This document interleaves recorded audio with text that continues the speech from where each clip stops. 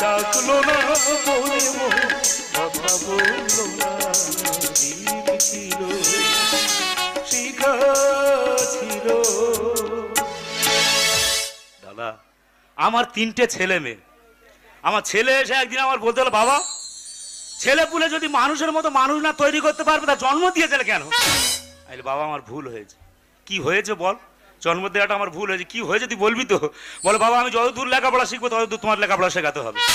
আমি বড় হয়ে যে চাকরি করবো সেই চাকরি তোমার করাতে হবে। আরে বাবা যত টাকা খরচ হবে সব আমি খরচ করব, তুই যেখানে পৌঁছাতে চাইবি সেখানে আমি তোর পৌঁছে দেবো। দিয়েছি। আমার বড় মেয়ে এসে বলল, বাবা যা কিছু ছিল সব তো দাদার পিছনে শেষ করে দিয়েছো, তা আমার জন্য কি রেখেছো? আরে মা তোর চিন্তা করতে হবে না, তোর চিন্তাও করে রেখেছি। যে বিষয় সম্পত্তি আছে, যে কবে জায়গা আছে সব বিক্রি করে তুই যতদূর লেখাপড়া শিখবি আমি ততদূর তোর লেখাপড়া শেখাবো। ছোট মেয়ে এসে বলল, বাবা